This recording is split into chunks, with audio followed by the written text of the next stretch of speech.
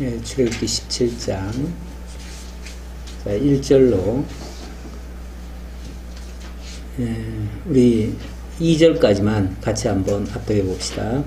이스라엘 자손의 온 회중이 여호와의 명령대로 신 광야에서 떠나 그 노정대로 행하여 르비딤의 장막을 쳤으나 백성이 마실 물이 없는지라.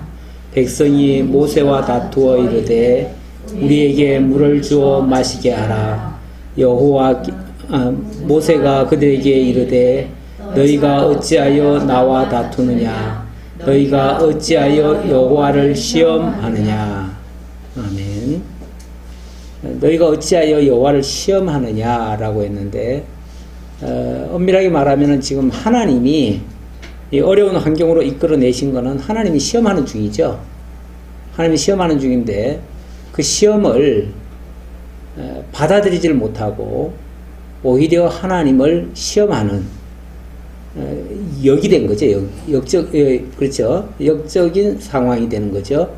그러니까 하나님이 지금 이스라엘 백성들을 사실 11장부터가 이스라엘 자손이 애굽에서 해방을 되고 약속의 땅 가나안을 향해서 가다가 이제 돌쳐서 홍해 바다에서 바다를 건너가는 그런 놀라운 역사를 만나게 합니다. 그때도 한번 하나님이 테스트를 한 거죠. 그렇죠? 원래는 좋은 길이잖아요. 좋은 길이 있어요. 원래는 여기서부터 출발해가지고 자 이렇게 올라가다가 갑자기 돌쳐요. 여기서 돌쳐가지고 홍해 바다로 갔잖아요. 그리고 여기서 이제 하나님이 준비해 놓은 놀라운 역사를 만나요. 그게 뭐죠? 홍해를 건너게 하는 거지. 이스라엘 백성들은 이렇게 편안한 길 가면 좋잖아. 근데 하나님은 이런 길을 원치 않으시고 이런 쪽으로 인도하지 아니하시고 돌쳐서 이 홍해길로 넣게 했어요. 여기는 그야말로 사면초가로 빠지는 길이에요. 그래서 애굽 병사들이 이놈들이 길을 잃었구나 해가지고 뒤쫓아오게 만들어요. 그래가지고 이렇게 절망 상황에 빠진 상태에서 홍해를 건너게 하죠. 그리고 애굽 병사들은 이 홍해에서 다 수장을 시켜버리지. 이걸 뭐라 그러나 일망타진이라고 해야 되나? 예, 일타상피 이런 말 있죠. 약간 안 좋은 말인가? 그래서 하나 때려가지고 두셋을 다 잡는 이런 역사죠. 그러니까 하나님이 하시는 일이에요. 근데 이거는 사람으로서는 상상 못할 일이야. 근데 이렇게 하니까 그 다음에 무슨 일이 발생해요? 여기서 엄청난 이스라엘 백성들이 하나님의 은혜를 깨닫게 되고 하나님을 찬양하는 결과가 나타났어요. 그래서 15장에 가면 이스라엘 백성들의 전 민족적인 찬양이 일어나. 거기에 여인들도 미리암의 노래라고 해가지고 여인들도 찬양을 해요. 모든 사람들이 함께 찬양을 했어. 자, 이런 놀라운 역사를 맛보게 했으면은 하나님이 어련히 알아서 좋은 길로 갈까? 설령 안 좋아 보이더라도 좋은 길로 가게 하기 위한 과정으로 생각하면 좋잖아. 그치? 그렇게 하려고 하나님이 이런 걸 보여주셨는데 그 다음부터 가는 곳곳마다 또 처음에는 이제 딱 도착을 한 3일 길을 걸었는데 물이 없잖아. 물이 없으니까 또 원망이 터져 나왔어요. 근데 3일 길을 지난 다음에 물을 만났는데 쓴물이야. 쓴물이니까 또 원망을 하지. 근데 하나님께서 그걸 거쳐서 또 종려나무 70주가 있는 그런 곳을 만나게 해줘요. 그러니까 항상 어려운 길을 한번 거쳐서 좋은 길을 만나게 해줘. 이게 이제 하나님이 하시는 방식인데 그걸 모르면은 그 과정에서 다 낙담을 해 사람들이. 그러니까 조금 더 우리에게 인내가 필요하다는 말씀을 하시는데 너희에게 인내가 필요하면 이런 말씀 하시는데 우리는 하나님의 뜻을 발견하기까지는 반드시 어떤 과정을 거쳐요. 그 과정이 다른 말로 하면 뭐라고 하냐면은 시험이라고 그래. 시험. 하나님의 시험.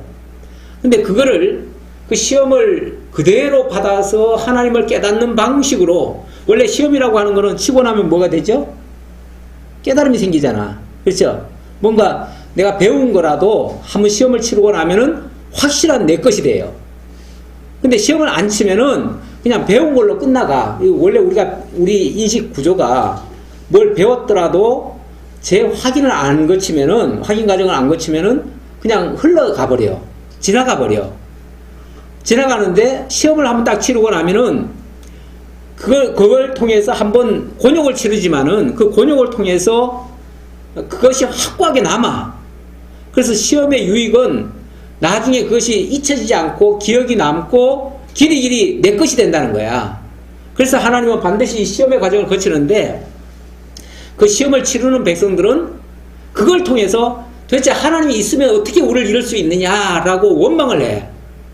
그러면 오히려 하나님이 있느냐 없느냐, 하나님은 그걸 통해서 당신이 하신다는 걸 보여주고 당신만을 믿게 하려고 시험을 한 건데 오히려 그 시험을 통해서 하나님이 있느냐 없느냐 이러고 있어. 그러면 그들이 시험을 치는 게 아니라 시험에 걸리는 거지. 그리고 오히려 자기네들이 하나님을 시험하는 꼴이 돼버리지. 이게 이제 거꾸로 된 일이지. 그러니까 하나님이 하시는 의도와는 정반대로 오히려 하나님을 테스트하는 결과가 돼버려요, 이게. 그래서 아까도 모세가 너희가 어떻게 하나님을 도로 실험하려고 그러냐 이렇게 지금 말하는 거지. 바로 그런 의미에서 이해하면 되고요. 자, 그래서 물을 만났을 때 뭘 하겠지? 하나님이 또 물 줬잖아. 그렇지? 동년하면 70도 주고 그 다음에 또 며칠 지나니까 한 달인가 지나니까 그 다음에 먹거리가 없어. 그러니까 또 하늘에서 또 만나를 내려줬어.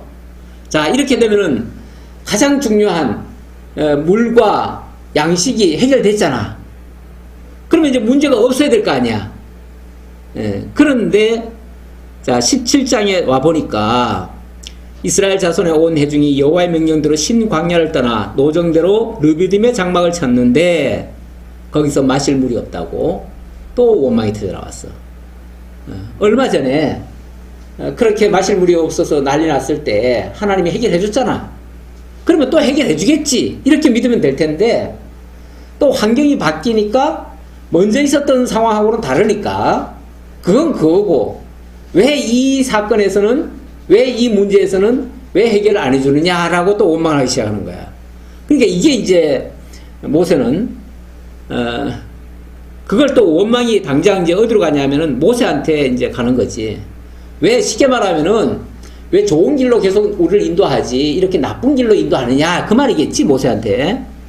그러니까 모세가 하는 말이 너희가 어찌하여 나와 다투느냐 너희가 어찌하여 여호와를 시험하느냐 나와 다투느냐 여호와를 시험하느냐 그러는데 자기한테 지금 막 시비를 걸고 자기한테 지금 항의하는 거는 결국 하나님이 인도하시는 것을 갖다가 거부하는 꼴이나 마찬가지라는 거지. 그런 의미에서 여호와를 왜 시험하느냐라고 했어요. 거기서 백성이 목이 말라 물을 찾으매 그들이 모세에게 대하여 원망하여 이르매 당신이 어찌하여 우리를 애굽에서 인도하였네요 우리와 우리 자녀와 우리 가축이 목말라 죽게 하느냐라고 이렇게 지금 표현을 했어요. 거기서 이제 모세가 조금이라도 뭐라고 얘기를 하니까 막 돌을 들어서 쳐 죽이려고 그래. 이 참 민중들이라는 것은 참 뭐 이 다수가 모이면은 뭐 큰 역사도 일어날 수도 있지만 또 어떤 자그마한 일에 유혹을 받아가지고 같이 합세하는 경우도 있어. 그러니까 민중들의 주장이라고 해가지고 다수의 주장이라고 해서 다 옳은 건 아니야. 어디에 지도를 받느냐, 누구의 지도를 받느냐 이게 이제 문제인데 잘못된 사람의 그 선동에 따르면은 잘못된 길로 갈 수도 있지. 그래서 여기서 해결해 준 거는 또 반석을 쳐서 물을 내게 하는 거지. 그래서 6절에 그렇게 말합니다. 하나님의 응답입니다. 내가 호렙산에 있는 그 반석 위 거기서 내 앞에 서리니 너는 반석을 치라. 그것에서 물이 나오리니 백성이 마시리라. 호렙산 앞에 여호와 앞에서 그 지팡이를 잡고 반석을 치라. 그러면은 내가 마시게 해주겠다 그 얘기지. 그러니까 실제로 모세가 치는 거지만 모세가 물을 내는 게 아니고 모세는 반석을 칠 뿐이고 그 반석에서 물을 내시는 분은 하나님이시지. 왜냐하면 하나님이 그 앞에서 지금 모세한테 하는 말씀이니까 그걸 이해해야 되고요. 자, 그래서 여기서 또 하나의 이정표 같은 거를 마련해 놓습니다. 기념비 같은 걸 하나 세워 놓죠. 7절. 그가 그곳 이름을 마사 또는 무리바라 불렀으니 이는 이스라엘 자손이 다투었으며 또는 그들이 여호와를 시험하여 이르기를 여호와께서 우리 중에 계신가 안 계신가 하였습니다. 이런 사건이 하나 있을 적마다 하나의 기념비 같은 걸 세워놔요. 그래서 나중에도 이곳은 예를 들어서 무리바다. 왜 무리바인가? 이렇게 물었다고 백성들이 원망한 장소였다. 원망한 장소였는데 그 문제의 해결은 하나님께서 이렇게 반석을 쳐서 물을 내게 하셨다. 백성들의 원망한 곳, 또 하나님의 역사하신 곳, 이거를 나중에 잊지 못하도록. 이게 좋은 역사든 나쁜 역사든 사실은 역사라고 하는 거는 잊으면 안 돼요. 역사를 잊은 백성에게는 미래가 없다, 이런 말도 있어요. 역사는 그걸 잊지 못하도록 기념비적인 어떤 사건이나 또는 어떤 뭘 만들어 놔요. 그걸 만들어 놔야 나중에도 그걸 보면서 우리 백성이 과거에 이렇게 하나님을 원망하다가 이렇게 망했었다 라는 걸 기억하죠. 그러니까 우리는 가끔 보면은 역사 중에서도 안 좋은 역사를 자꾸 지워버리려고 그래요. 근데 지워버리면은 교훈이 없습니다. 그러니까 역사는 있는 그대로 안 좋은 역사도, 치욕적인 역사도 일부러 놔두는 거예요. 놔둬야 나중에 그걸 가지고 교훈을 삼아요. 오고 오는 세대들이 두 번 다시 경험을 안 해도 되잖아. 그렇지? 그것만 보면. 근데 그걸 만약에 지워버리면은, 잊어버리면은 나중에 그걸 경험으로 해봐야 돼. 경험으로 하는 게 나아요? 그냥 교훈으로 하는 게 나아요? 우리는 교훈으로 교육받는 게 제일 낫지. 그렇죠? 일일이 다 경험하려고 하면은 과거에 옛사람들이 다 실패했던 경험을 우리가 다 또 해야 되잖아. 그런데 만약에 교훈으로 받게 되면 굳이 그런 거 안 해도 돼요. 그렇죠? 예. 자, 여기까지 해놓고, 요거는 여기까지는 어떻게 보면 하나님이 지금 시험하신 거죠. 예, 그래 놓고 8절에서는 이제 그 아말렉하고 싸우는 사건이 발생하는데요. 이스라엘 백성들에게 물론 뭐 지금까지는 애굽에서 하나님이 구원해 내시는 역사를 했지만은 자기네들의 실력이, 자기네들의 능력이 어디까지 있는지는 알 수가 없죠. 알 수가 없는데 하나님께서 아말렉이라는 나라를 충동을 해가지고 이스라엘을 괴롭힙니다. 그럴 때 그들과 전쟁이 붙습니다. 그런데 이거 어떻게 보면 이제 출애굽한 다음에 최초의 전쟁이에요. 최초의 전쟁인데 그 전쟁에서 어떻게 되어지는가? 9절 봅시다. 모세가 여호수아에게 이르되 우리를 위하여 사람들 택하여 나가서 아말렉과 싸우라. 내일 내가 하나님의 지팡이를 손에 잡고 산꼭대기에 서리라. 자, 여호수아 보고는 지금 전쟁은 터졌으니까 어차피 막기는 막아야 되는데 일단 여호수아 보고 그 전쟁에 나서라. 그리고 나는 여호와 앞에 서겠다. 하나님 앞에 가서 하나님의 말씀을 듣겠다, 그 얘기지. 자, 10절. 여호수아가 모세의 말대로 하여 아말렉과 싸우고 모세와 아론과 훌은 산 꼭대기에 올라가서 모세가 손을 들면 이스라엘이 이기고 손을 내리면 아말렉이 이기더니. 근데 이게 전쟁이 전쟁 그러면은 뭐 칼 들고 나가가지고 막 직접 부딪혀가지고 싸우는 걸 전쟁이라고 보통 생각하는데, 물론 싸우는 사람도 따로 있어요. 그렇지만은 싸우는 사람들은 저쪽에 있는데 이쪽에서 모세가 손을 드느냐 안 드느냐에 따라서 이기기도 하고 지기도 해요. 그러니까 전쟁은 엄밀하게 말하면은 지금 그들 손에 달린 게 아니라 이 모세 손에 달린 거죠. 모세 손에 달렸고, 이 모세는 결국 하나님 앞에서 지금 손을 드느냐 안 드느냐 이 차이예요. 그러니까 하나님 앞에서 손을 들면 이기게 되고 하나님 앞에서 손을 내리면 지게 되는 거야.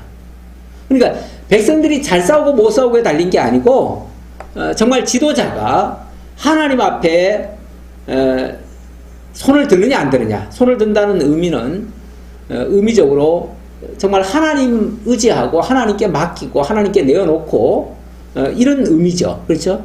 우리 보통 손든다 그러면 뭐죠? 우리 항복한다 그런 의미잖아요. 우리가 보통 손든다 할 때는 항복한다는 의미인데 하나님 앞에 자신을 다 내려놓고 하나님께 전폭적으로 의지하는 상태를 얘기하는 거겠죠. 그럴 때는 이기고 저쪽에서, 모세가 의지하지 않으면은 저쪽에서 져요. 철저하게 이 전쟁이 여호와께 달려있음을 얘기하는 거죠. 그러니 자, 모세가 이 손을 든다고 하는 거는 잠시 드는 거는 괜찮지만 우리가 뭘 막 하소연하고 할 때 막 손을 듭니다. 드는데 잠시 드는 거는 가능하지만은 너무 힘들잖아, 계속 들기도. 그래서 손을 내려버리면은 져버려요, 저쪽에서. 그러니까 할 수 없이 옆에서 아론과 훌이 양쪽에 있었는데 이 아론과 훌이 옆에서 손을 들어줘요. 손을 옆에서 받쳐줘요. 받치기도 힘드니까 이 원래 들기도 힘들어요. 그렇죠? 계속 들고 있기는. 그러니까 거기다가 돌막 같은 걸 갖다 놓고 거기서 이렇게 받쳐주는 거야. 이렇게 손을 드는 일에 같이 협력을 하니까 저쪽에서 이기는 거야. 어쩌면 지도자도 하나님 앞에 손을 드는 모습이고 거기에 함께하는 자들도 손을 드는 모습이고 그런 뜻입니다. 그러니까 철저하게 하나님에 의해서 이기고 지는 것이고 지도자들은 하나님의 말씀에 어떻게 순종하느냐에 따라서 성패가 된다는 거죠. 성패가 판가름 난다는 거죠.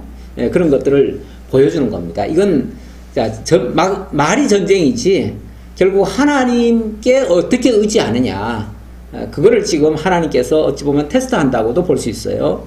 자, 그 다음 18장에 넘어가면 18장은 회중의 대열을 다시 한번 정비하는 내용입니다. 자, 이제 홍해를 건너왔고 이제 아말렉과의 전쟁도 한번 거쳤고 그동안 여러 가지 뭐 물이 없어서 난리 났고 또 먹거리가 없어서 난리 났었는데 그러다 보니까 뭔가 좀 복잡한 일이 이제 지나가면서 여러 가지 일들이 발생하는데 그 일들이 일어날 적마다 꼭 누가 나섭니까? 모세가 해결자로 나서지, 모세가. 그러다 보니까 점점 가면 갈수록 일은 점점 더 많아지고 모세가 할 일은 점점 더 많아져요. 그러다 보니까 무슨 일만 있으면 전부 다 모세한테 나오네. 그리고 모세한테 해결해 달라고 그러네. 그러니까 모세도 힘들고 심지어는 이제 점점 가면 갈수록 이제 일은 더 많아지니까 백성들도 막 줄을 쫙 서가지고 모세한테 이제 나와가지고 뭐 얘기하려니까 하루 종일 서 있어야 돼. 그 때 앞에 하루 종일 서가지고 그 문제 해결하겠다고 모세 앞에 나오니까 그 모습을 누가 봤냐면 모세의 장인 이드로가 봤습니다. 이드로가 보니까 뭔가 좀 답답해요. 한심해요. 그렇죠? 네. 그래서 2절 봅시다. 모세 장인 이드로가 모세가 돌려보내었던 그의 아내 십보라와 두 아들을 데리고 왔으니 그러면서 쭉 소개하다가 그거는 이제 왔다는 얘기고요. 자, 6절 봅시다. 6절. 그가 모세에게 말을 전하되 내 장인 나 이드로가 내 아내와 그와 함께 한 두 아들과 더불어 내게 왔노라. 여기까지는 온 얘기네요. 온 얘기고. 자, 그 다음에 이드로가 또 찬양하는 내용이 나오네요. 10절 봅시다. 이드로가 이르되 여호와를 찬송하리로다. 너희를 애굽 사람의 손에서와 바로의 손에서 건져내시고 백성을 애굽 사람의 손아래에서 건져내셨도다. 자, 그러면서 자, 여기까지는 하나님의 은혜에 대한 찬양이었어요. 자, 그래 놓고 13절 봅시다. 이튿날 모세가 백성을 재판하느라고 앉았고 백성은 아침부터 저녁까지 모세 곁에 서 있는지라.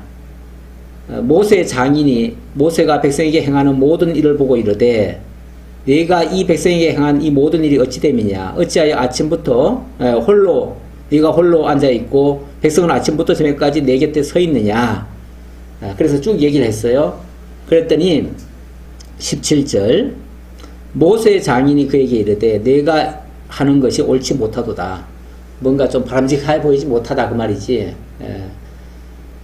뭐 그 판결하고 이런 게 잘못됐다는 게 아니라 그 절차가 좀 안 좋다 그런 뜻이지.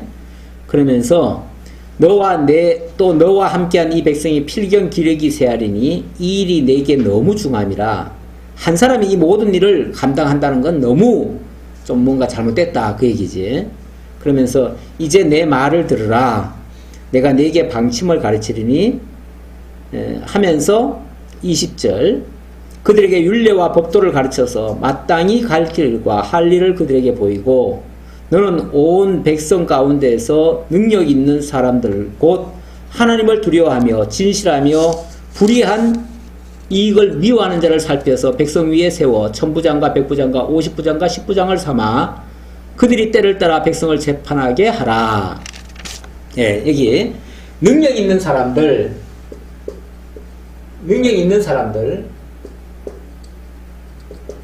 예, 이런 사람들을 세워가지고, 세워서 이 사람들로 하여금 1000부장, 100부장, 50부장, 10부장 세워가지고 그들로 하여금 웬만한 일은 그들이 다 관리하도록 해라. 좀 조직을 만들라는 거지, 조직을. 지금까지는 조직이 없으니까 무슨 일만 있으면 전부 다 모세한테 와요. 그러니까 뭐 좀 잘못돼도 전부 다 모세를 원망하고, 그러니까 뭔가 이게 좀 불합리하게 지금 이드로가 봤을 때는 생각한 거지, 그렇게. 이드로는 그 미디안의 제사장이면서, 제사장이다 보니까 옛날에는 이 제사장이 거의 뭐 모든 것을 다 총괄합니다. 그러다 보니까 삼권을 보통 쥐고 있다고 그러죠. 그러다 보니까 백성을 다스리는 법도 아는 거야, 이 사람은. 아는데 모세는 뭐 이런 역할을 그동안 잘 안 해봤으니까 하나님의 역사로 말미암아 여기까지 이끌어온 거는 사실이지만, 그러나 백성들을 정말 지혜롭게 이렇게 통솔하는 그 법은 잘 몰라요, 아직까지. 잘 모르니까 이런 이제 제안을 이들을 통해서 하나님이 알려줍니다. 우리가 하나님을 배우고 하나님 말씀대로 사니까 우리가 굉장히 참 이 세상 사람들보다는 월등히 더 우월한 지식과 그 모든 것들을 가지고 있습니다. 하지만 우리도 세상에서 배울 게 있어요. 왜냐하면 세상은 오랫동안에 걸쳐서 이렇게 만들어진 관습이나 전통이나 이런 것들도 있잖아요. 이런 것들도 사실은 때로는 무시하지 못할 그런, 왜냐하면 오랫동안의 그 경험에 의해서 축적된 그런 지식의 노하우가 쌓인 거지, 그게. 쌓인 거니까 그런 것들 중에서도 유익한 것은 받을 수 있는데, 여기는 이제 이드로가 그런 방식을 소개하는 겁니다. 소개하는데, 여기 우리가 이제 살펴볼 거는, 자, 그러면은 그렇게 중간 지도자 역할을 할 만한 사람들이 누군가를 이제 좀 살펴보려고 하는데, 여기는 능력 있는 사람들 그랬어요. 능력 있는 사람들. 근데 이 능력 있는 사람들 뭐라고 또 해석을 해놨냐면, 그 다음 말이 곧 하나님을 두려워하며 진실하며 불의한 이익을 미워하는 자, 이렇게 얘기했어요. 그러니까 능력 있는 자란 뭐냐? 하나님의 일을 하는 데 있어서 능력 있는 자란 뭐냐? 하나님 두려워하는 자. 첫째는 하나님 두려워할 줄 아는 자. 하나님 두려워한다는 말은요, 우리가 하나님 경외한다 그러죠. 경외한다. 하나님 경외하는 자. 그러니까 하나님의 실존을 인정하고 그 앞에서의 자세로 살아가는 사람, 하나님을 의식하고 살아가는 사람을 하나님 두려워한다, 그렇게 표현하는 거죠. 이 세상 사람들은 사실 하나님을 알지 못하기 때문에 하나님을 두려워하는 게 없습니다. 두려움이 없으니까 결국 자기 욕심대로, 자기가 하고 싶은 대로 모든 걸 다 합니다.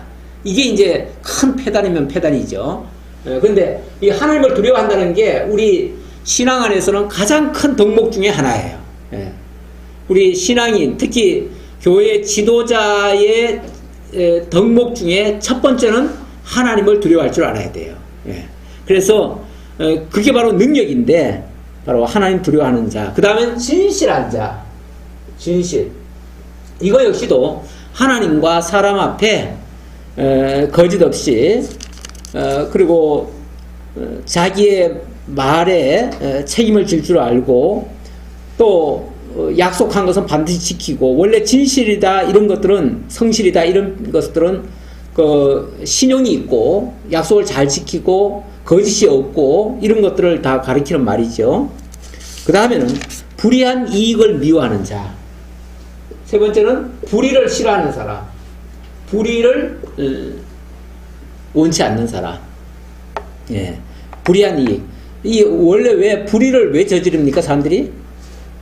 어떤 이익을 얻기 위한 수단으로서 불의도 저지르는 거죠. 예를 들어서 내가 저걸 하면은 이득을 얻는데, 그 이득을 얻는 방식이 정당한 방식으로는 얻기가 힘들어요. 그럴 때 불의를 쓰는 거죠. 그러니까 이 불의의 싹을 좋아하거나 불의의 이익을 좋아하는 자는 사실 하나님 의식하지 않는 사람이고 진실하지 못한 사람일 수 있죠. 결국은 뭐 같은 부류의 모습인데, 결국 이런 사람이 정말 하나님 앞에 하나님의 일꾼으로 쓰임받기에 합당한 사람들이다.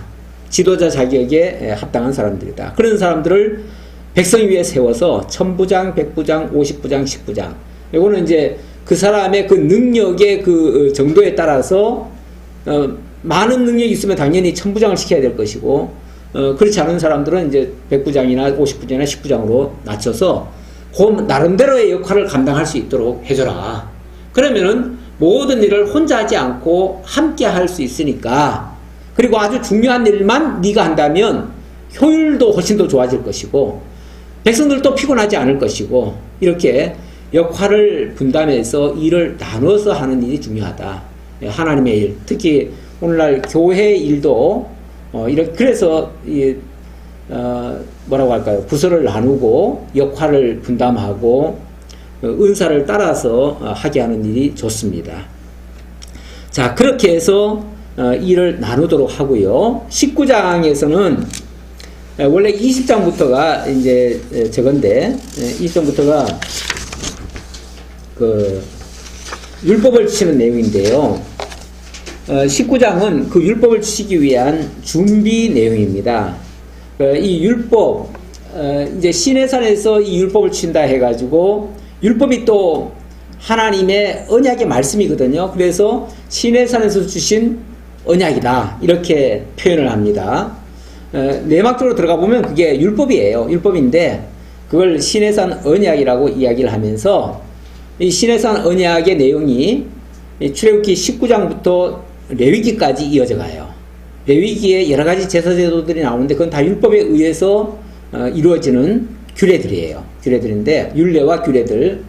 자, 그래서 자, 이제 20장부터는 본격적으로 율법을 주시지만 19장은 율법을 주시기 위한, 시내산 언약을 주시기 위한 준비 과정입니다.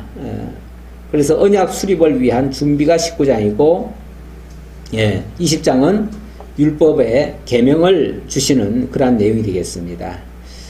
그 19장부터 33장까지를 첫 번째 언약 수립이라고 했어요. 첫 번째 언약 수립이라고 한 말은, 이 율법 언약을 하나님께서 한 번 주시고, 한 번 주셨는데 백성들의 범죄가 드러나는 바람에 그 한 번 주신 것이 깨어져요.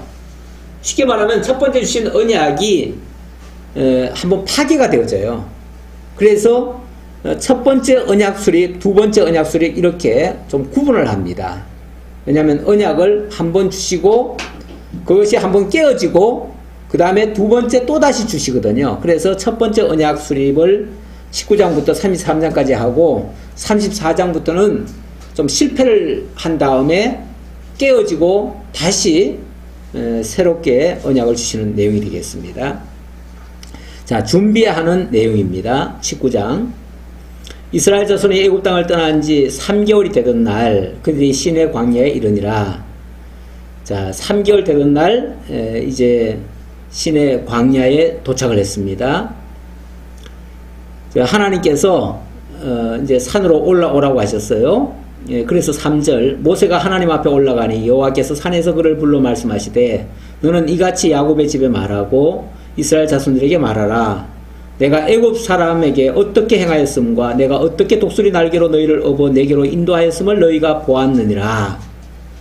하나님께서 모세를 부르면서 이스라엘 백성들을 어떻게 했다고요? 독수리 날개로 업어서 이곳까지 인도해왔다, 그렇게 말씀하십니다. 그러니까 굉장히 안전하게 보호하신 거죠. 물론 이스라엘 백성들이 느끼기에는 굉장히 험악한 곳을 거쳐왔어요. 애굽 홍해도 거쳐왔지요. 광야, 물 없는 광야, 또 먹을 것이 없는 그 사막을 지나왔지요. 그 다음 또 아말렉과의 전쟁을 통해서 한번 혼혈을 치렀지요. 이런 어마어마한 정말 정글 같은 곳을 지나왔는데 하나님은 뭐라고 표현하냐면은 그곳을 독수리 날개로 업어서 여기까지 인도해 왔다 그래요. 그 독수리 날개로 업어 왔다는 말이 잘 생각해보면 맞아요. 왜 그러냐면 만약에 하나님의 보호하심이 없었다면, 하나님의 인도하심이 없었다면 어떻게 그 광야를 거쳐올 수 있어요? 광야라고 하는 곳은 들어가면 사실은 죽는 곳이에요. 지금도 광야에 잘못 들어갔다가 길을 잃고 헤어나오지를 못해가지고 죽는 사람들이 있어요. 종종 있어요. 그런데 그 오랜 그 전에 정말 이 광야를 거쳐오면서 물 없고 먹거리 없는 그런 곳을 거쳐오면서 살아서 무사히 왔다는 것 자체만 해도 정말 독수리 날개로 업어 옮긴 거나 마찬가지죠.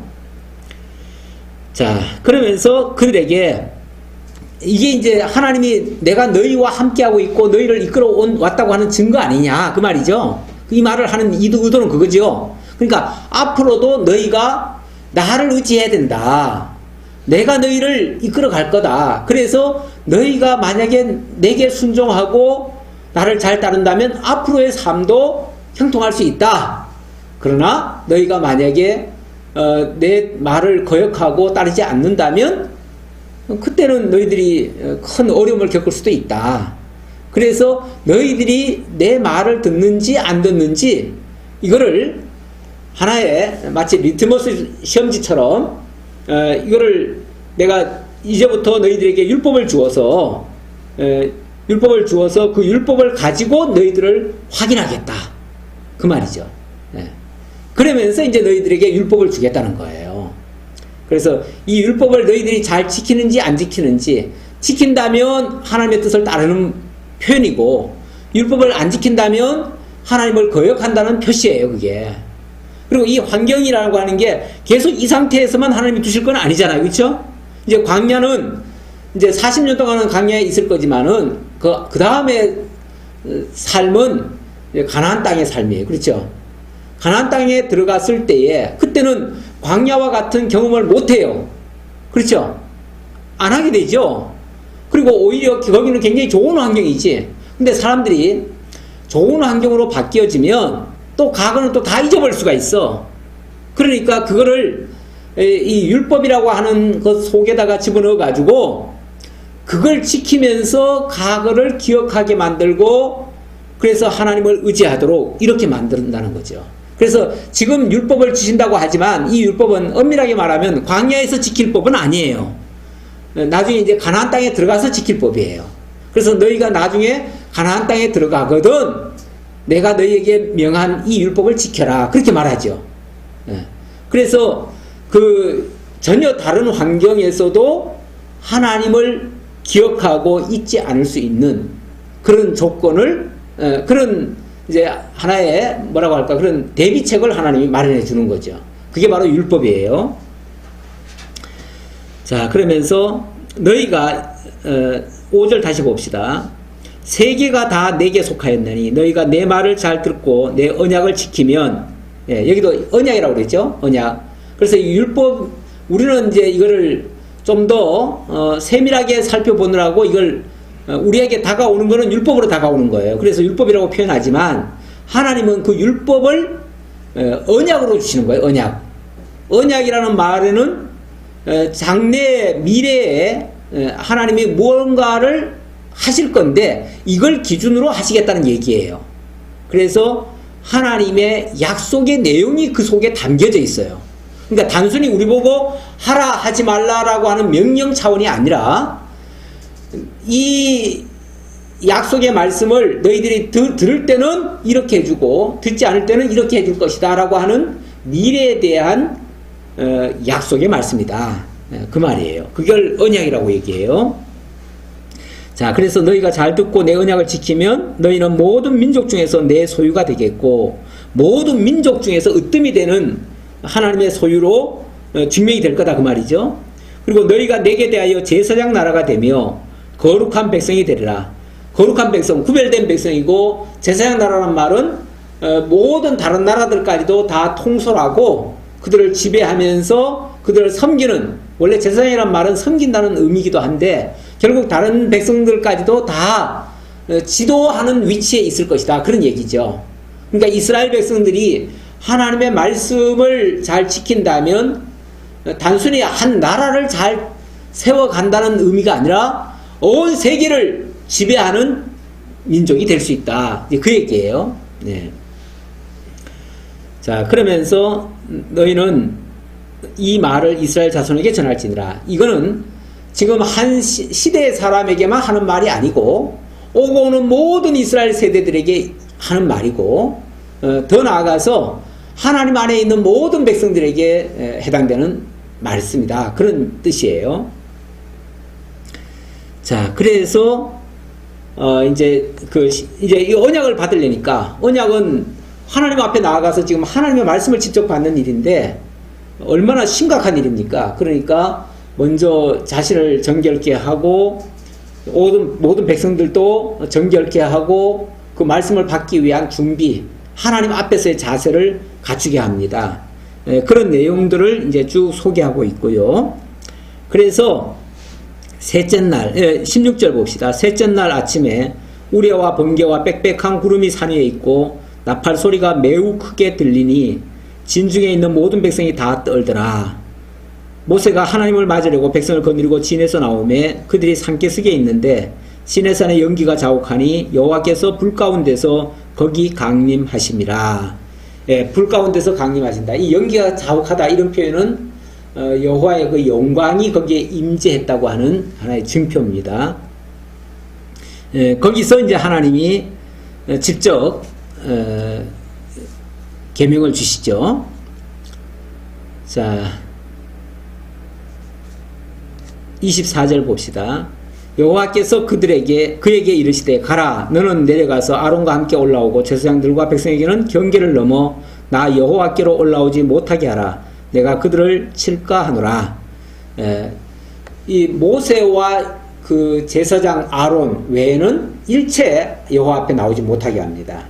그래서 모든 백성들은 그 앞에서 하나님이 세우신 자 모세와 아론인 것을 보여주고 그 모세와 아론을 통해서 주시는 이 율법 앞에 다 무릎을 꿇게 만드는 거죠.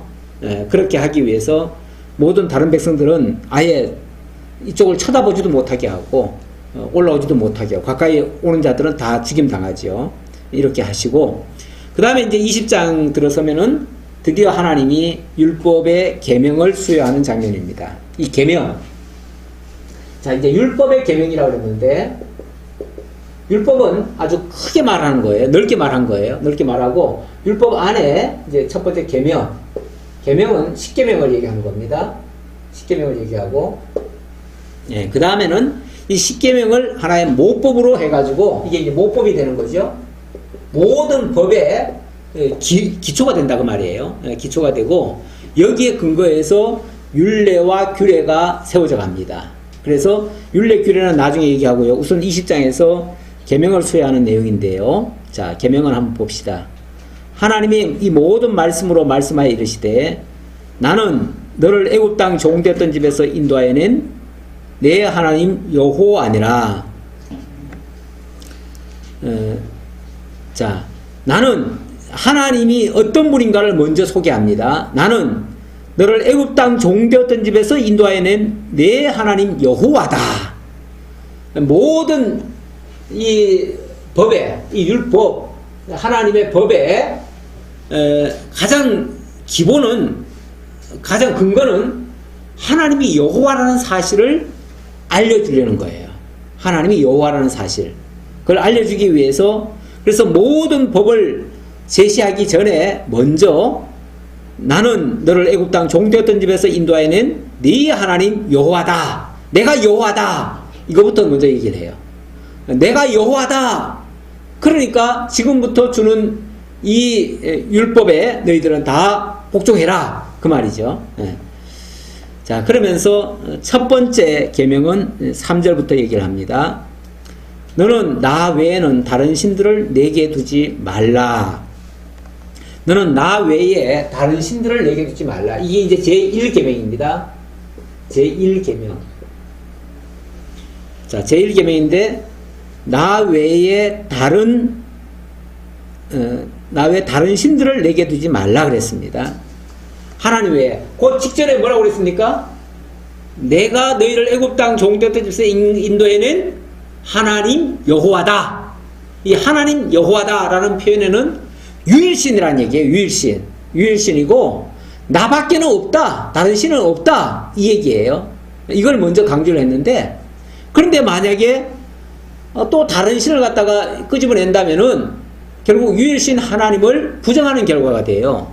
그래서 나 외에는 절대 다른 신은 인정하지 말라. 다른 신을 두는 순간 하나님 여호와를 인정하지 않는 결과가 돼버려요. 그래서 다른 신을 절대 둘 수 없다. 여기 두지 말라라고 했지만은 두지 말라. 이 말라라는 그 원문이 로예요. 로인데 물론 뭐 영어로 번역하면 그걸 노라고 번역을 했죠. 그래서 이걸 이제 하지 말라 이렇게 이제 번역을 하긴 했는데 우리 공동 번역에는 이걸 못한다라고 해놨어요. 못한다. 이 못한다라는 번역이 저는 더 맞는 것 같아요. 왜냐하면 하지 말라 하는 말은 명령 같고요. 또 하지 말라 하는 거는 우리가 할 수도 있는데 할 수도 있고 안 할 수도 있는, 다시 말하면 내가 선택할 수 있는 것처럼 느껴지잖아요. 그래서 인간에게 자유의지가 있어서 흔히들 그런 표현을 많이 써요. 하나님은 우리를 너무 인격적으로 대우하셔서 우리에게 자유의지를 주셨다. 그래서 우리가 할 수도 있고 안 할 수도 있고, 예를 들어서 하나님이 인간을 처음에 만들어 놨을 때 뭘 하셨죠? 선악과를 두시면서 먹지 말라, 먹는 날은 네가 정령 죽으리라 그랬는데 그것도 자유의지를 주시고 먹지 말라고 했다는 거예요. 아예 못 먹게 해도 되는데, 아예 못 먹게 한 게 아니라 우리를 너무 사랑하시고 우리에게 자유의지를 주셔서 우리의 인격을 존중해서 그렇게 했다는 거예요. 그렇게 말하면 인간의 위상이 올라갑니까? 그렇게 하면? 인간의 더 존엄성이 더 올라갑니까? 혹시 뭐 그걸 인간을 더 높이려고 하는 말인지는 모르겠지만, 그렇게 되어지면 하나님의 주권이 또 약화될 수도 있어요. 그래서 오히려 그것보다는 지금 아까 언약이라고 그랬잖아요. 이 말씀을 하시면서 이건 언약이다 그랬어요. 언약이란 말은 하나님이 미래에 이들에게 뭔가를 하시기 위한 수단과 방편으로서 지금 이 약속을, 이 말씀을 하셨다는 거예요. 그러니까 이거는 과정이고요. 이 과정을 거치면은 나중에 어떤 역사가 이루어질 거예요. 그 역사를 이루기 위한 수단으로서 지금 이걸 준 거예요. 이해돼요? 좀 말이 어려운가요? 네. 어쨌든 그렇기 때문에 이건 언약으로 말한다면 우리가 이걸 선택해서 받고 안 받고가 아니라 하나님의 뜻에 의해서 그것이 이루어져야 된다는 거죠. 이루어져야 되는데, 그래서 이거는 인간의 의지를 거기다가 부여한 게 아니고 오히려 인간의 의지가 배제된, 그래서 하지 말라라고 번역하기보다는 할 수 없다 또는 못한다라고 하는 그런 말이라는 거죠. 이게 더 강력한 표현이라는 거죠. 하지 말라 하는 말은 야 이거 하면 안 좋아, 이거 하지 마, 이렇게 이제 뭔가 당부하는 듯한 표현이잖아요. 그렇죠? 근데 이거 하면 안 돼 또는 못해, 절대 할 수 없어, 이렇게 표현하면 그거 했다가는 죽는다는 얘기예요. 그렇죠? 해도 되고 안 해도 되는 정도, 우리가 쉽게 말하면 인간이 치사 선택할 수 있는 차원이 아니고 그걸 하면은 하나님께로부터 죽임당한다는 얘기예요. 그래야 더 강력한 표현 아니에요?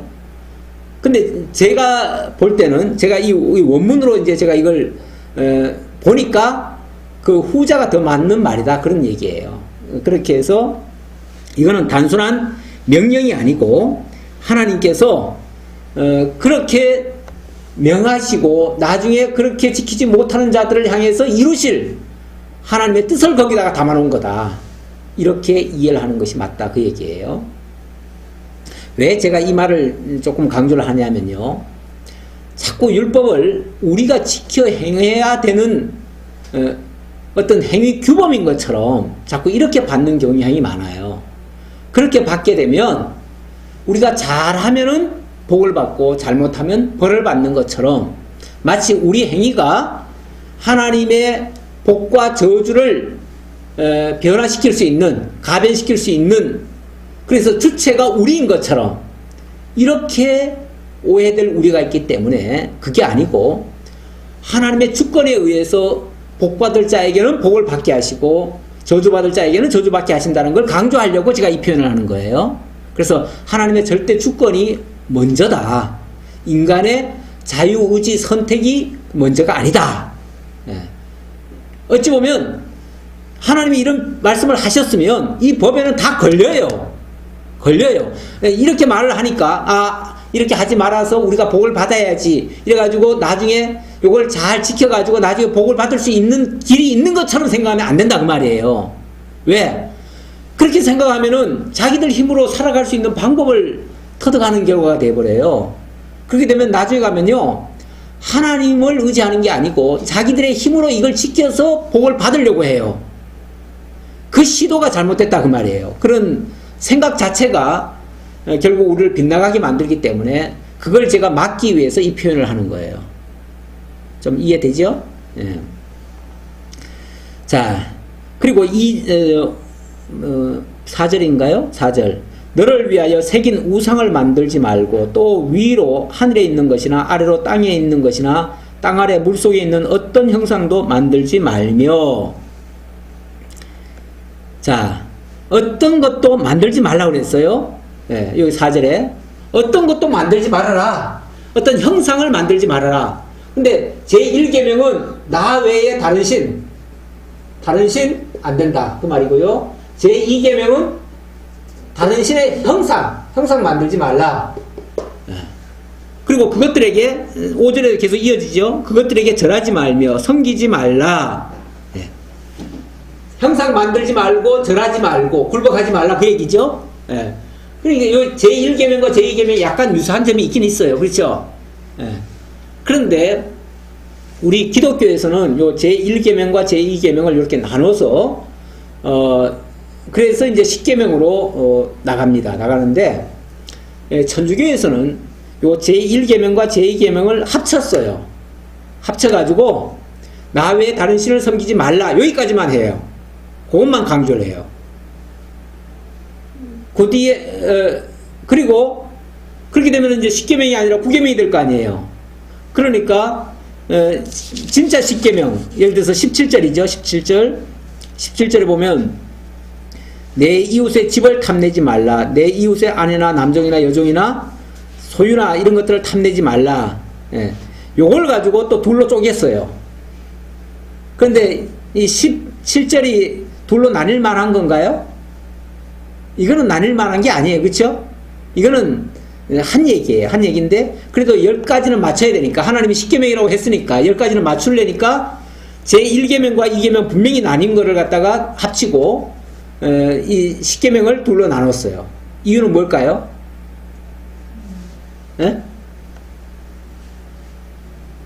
이 천주교는 형상을 만들잖아요. 형상을. 하나님의 형상도 만들어요. 거기다 또 마리아 형상도 만들고 예수님의 형상도 만들고 또 뭐 요셉의 형상도 만든 데도 있어요. 어디 가면은 또 성자들의 형상도 만들어요. 그러니까 그 성자들은 거의 신급이에요. 신급. 그렇죠? 다 신의 반열에 오른 사람들이에요. 그러다 보니까 그런 사람들이 은연중에 전부 다 각종 형상을 만들고 다른 신들에게 자꾸 굴복하는 결과가 돼요. 마리아한테 가서도 절하잖아요. 마리아한테 가서. 그렇죠? 그러니까 그걸 자기네들이 하고 있는 그걸 갖다 정당화를 하려니까 제2계명을 놔둘 수가 없어요. 이걸 놔두면 자기네들이 걸리니까 이걸 갖다가 제1계명에다 갖다 붙여가지고 다른 신 섬기지 말아라. 이걸로 합쳐놨어요. 근데 이거는 좀 너무 억지 같아요. 뭐 그거는 뭐 그다지 중요한 얘기는 아니지만 참고적으로 아시고요. 자, 그 다음 5절 중간에 봅시다. 내 하나님 여호와는 질투하는 하나님인즉 나를 미워하는 자의 죄를 갚되 아버지로부터 아들에게로 3, 4대까지 이르게 하거니와 나를 사랑하고 내 계명을 지키는 자에게는 1000대까지 은혜를 베푸느니라. 하나님이 누구라고요? 어떤 분이시라고요? 질투하시는 하나님. 이 질투라고 하는 것은 사랑의 또 다른 표현이에요. 원래 질투는 누가 하죠? 그 감정이 메마르고요. 사랑이 전혀 없는 사람은 질투도 안 해요. 그렇죠? 예, 근데 질투하는 이유는, 지극히 사랑하기 때문에 그 사랑하는 자가 다른 것을 사랑할 때, 그럴 때 질투하는 거죠. 예, 하나님이 우리를 사랑하셔요. 우리를 그 사랑의 대상으로 삼아놨어요. 그런데 하나님만을 사랑해야 될 우리가 만약에 하나님 외에 다른 신을 섬긴다면 그거는 하나님이 당신을 사랑하게 하려고 사랑을 했는데 그 사랑을 다른 데로 이걸 버리는 결과가 되는 거죠. 그걸 질투한다고 말이에요. 그래서 여기에 그 질투한다는 표현은 하나님이 얼마나 이 백성들을 사랑하고 있다고 하는 증거물이에요, 그게. 예. 그런 의미에서 절대 그러니까 왜 다른 신을 섬겨서는 안 되고 왜 다른 신에게 절하면 안 되는가에 대한 설명이에요. 예. 이렇게 내가 너희를 사랑하는데 너희가 다른 신을 섬겨서는 안 되지 않느냐, 그 얘기죠. 예, 그 얘기를 말씀하신 거고요. 그 다음 7절은 제3계명인데요. 여호와의 이름을 7절 너는 내 하나님 여호와의 이름을 망령되이 부르지 말라. 여호와는 그의 이름을 망령되게 부르는 자를 죄 없다 하지 아니하리라. 여호와의 이름을 망령되이, 이 망령되다는 표현은요, 잊어버리고 그 잊어버린다는 의미고 그걸 완전히 그런 의미니까 결국 하나님을 잊어버린 상태에서 하나님의 본질은 잊어버리고 하나님의 존재는 기억도 안 하면서 말로만 예를 들어서 하나님 어려울 때 사람들이 평소에요 하나님 안 찾습니다. 그렇죠? 평소에는 자기가 뭐든지 자기가 삶의 주인이고 자기가 모든 그냥 주도적으로 뭐든지 다 하는 자인 걸로 생각을 하다가 어려운 일 발생하면 그때는 하나님 찾습니다. 그러면은 평소에는 자기가 주인이라고 생각하다가 어려운 일이 있을 때는 그때만 하나님을 찾으면은 사실은 물론 뭐 그것도 하나님을 잊어버린 자들에게 하나님을 알게 하는 방편으로서 일부러 하나님 찾게 하려고 하나님 어려움을 주기도 했죠. 근데 하나님을 전혀 알지도 못하는 사람, 그나마 우리가 잠깐 잊었다가 찾으면은 괜찮은데 아예 하나님 알지 못하는 사람이 하나님 찾는다면 하나님이 함께 하실 수 있겠어요? 없죠. 예. 그래서 하나님 전혀 알지 못한 채 하나님 이름만 부르는 것, 형식적으로만 부르거나 의식적으로만 하나님 찾는 거, 이거는 하나님의 이름을 망령되이 여긴다는 거예요. 근데 하나님의 이름이 뭐죠? 그러려면 하나님의 이름이 뭔지를 알아야 되는데 하나님의 이름이 무슨 뜻이죠? 일단 하나님의 이름이 뭐죠? 여호와. 여호와라는 뜻이 뭐예요? 그렇죠. 약속하고 약속대로 이루시는 자라는 뜻이에요. 결국은 하나님이 약속대로 이루시는 자라는 사실도 알지 못한 채 그냥 하나님 도와주세요 그러면은 하나님 어떻게 도와달라는 거예요? 알고 도와달래야죠. 그렇죠. 우리가 누구한테 뭔가를 요구를 하려도 그 사람이 어떤 사람인지, 뭘 해줄 수 있는 사람인지, 어떤 능력이 있는지 알고 요청을 해야 되잖아요.